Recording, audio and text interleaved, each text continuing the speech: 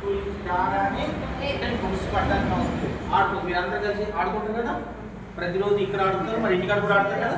ఆటలు కంపల్సరీ ఉండాలి కదా, ఒక మూడు కూర్చోద్దు డల్గా కదా. మనం ఎంత ఆడితే అంత హెల్తీగా ఉంటుంది కదా. ఆటలు ఆడుకోవాలి, చిన్న చిన్న ఆటలు ఆడుకోవాలి. పాటలు, అన్నమయ్య కీర్తన కానీ ఏదైనా కీర్తన ఆటలు. ఇప్పుడు నీకు ఏదో పాట రావాలి, సినిమా మంచి పాత సినిమా పాట, కొత్త సినిమా పాట ఏదైనా. ఈ మధ్య కొత్త సినిమా ఏదైనా చూసారా? లేదు కదా. సినిమా పాట ఏదైనా గుర్తుందా? ఏదైనా పాట మీకు పాడాలి నోటికి ఆటోమేటిక్గా వచ్చేస్తుంది కదా. అట్లా పాటలు నేర్చుకోవాలి, అప్పుడప్పుడు పాట పాడాలి కదా.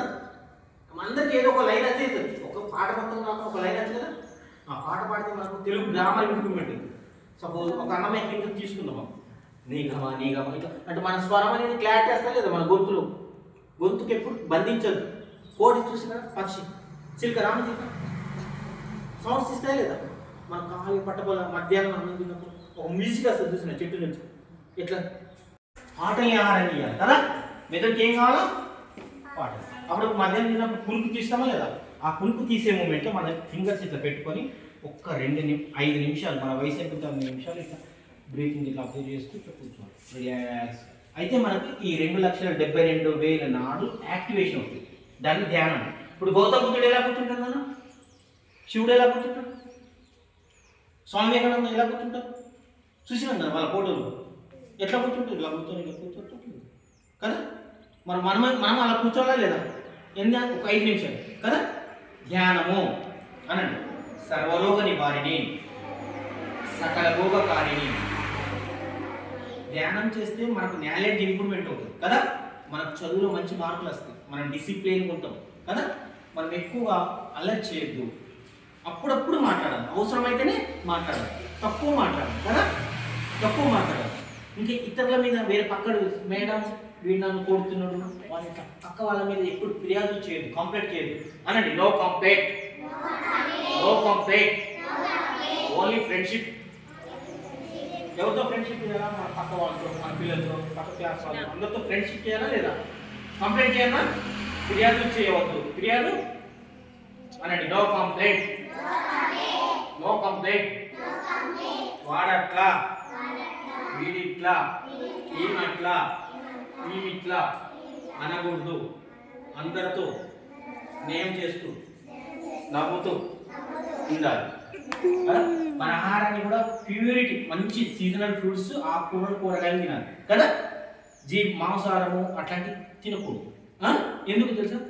వేమన ఏం చెప్తాడంటే పక్షి జాతిని పట్టి అనండి నాతో పాటు. పక్షి జాతిని పట్టి పరగహింసలు పెట్టి, పరగహింసలు పెట్టి ఏమంటున్నాడు? ఈ పక్షి జాతిని పట్టి పరగహింసలు, వాటిని కోడిని మేకని బలవంతంగా పట్టి వాటిని హింసించి వాటి తల్లి వాటి బాధపడతారు.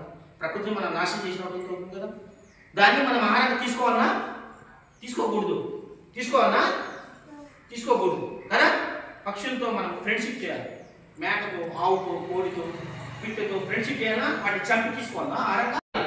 ఏం తినాలి? సీజనల్ ఫ్రూట్స్ తినాలి. పాకెట్ ఫుడ్ తినచ్చా? తినకూడదు, తగ్గించు. Seasonal fruits, banana, small grapes మంచిగా వాష్ చేసుకొని మీ షూ మీరు తుడుచుకొని కట్టుకోవాలన్నా? మీ పేరెంట్స్ రోజు చూడాలన్నా?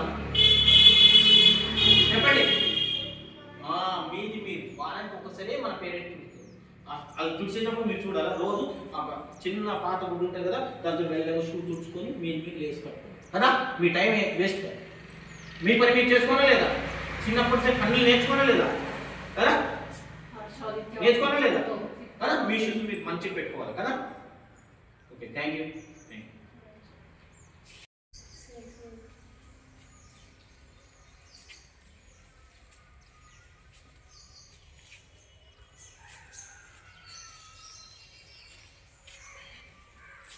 మెల్లగా మీ అరచేతి కళ్ళ మీద పెట్టుకుని కళ్ళ మీద పెట్టుకుని 5 4 3 2 1 0 తుడుస్తూ ఒకసారి గట్టిగా చెప్పండి.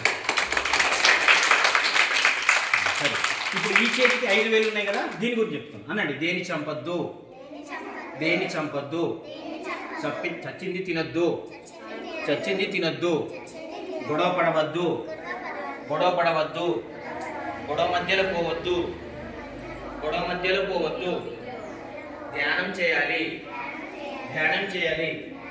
మంచి ఫిక్స్ చేసుకోవచ్చు. చాలా మంది ఆనిముత్యాలు కదా, ఆనిముత్యాలు కదా, దేని చంపొద్దు, చచ్చింది తినద్దు, గొడవ పడవద్దు, గొడవ మధ్యలో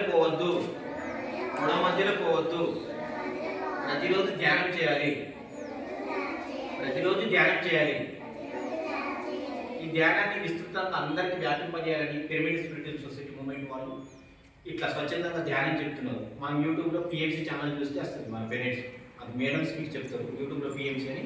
మీ పేరెంట్స్ మీకు చూపించాలి కొత్త విద్య, ఆధ్యాత్మిక విద్య లేని వాడు విత్తపోషం అంటే ఈ హయ్యర్ ఎడ్యుకేషన్ కాదు, ఈ ఆధ్యాత్మిక విద్య ఉండాలి. నువ్వేమన్నా శక్తం ఎంత బాగుంది కదా దాన్ని మనం తెలుసుకోవాలా లేదా, ప్రకృతిని ప్రేమించాలా లేదా, ప్లాస్టిక్ వాడకాన్ని తగ్గించాలా లేదా, మీరు చిన్నప్పుడు పేరెంట్స్ చెప్పాలి లేదా, ప్లాస్టిక్ అంతా పేరుకుపోయిన వ్యర్థ పదార్థాలను ఒక దగ్గర వేయాలని చెప్పాలా లేదు కదా, ప్లాస్టిక్లో వేడి వస్తువులు సాంబార్ తినకూడదు కదా. అవి మనం ఇప్పుడే మీరు ఇంట్లో అవేర్నెస్ చేయాలి. మీ నుంచి మీ తల్లిదండ్రులు నేర్చుకుంటారు కదా, తల్లిదండ్రుల నుంచి మీరు నేర్చుకున్నారా అది అయిపోయింది. ఇప్పుడు మీ నుంచి మీ తల్లిదండ్రులు నేర్చుకుంటారు. ప్లాస్టిక్ వాడకాన్ని తగ్గిద్దాం, జీవెంట్స్ లేకుండా ఉందాం.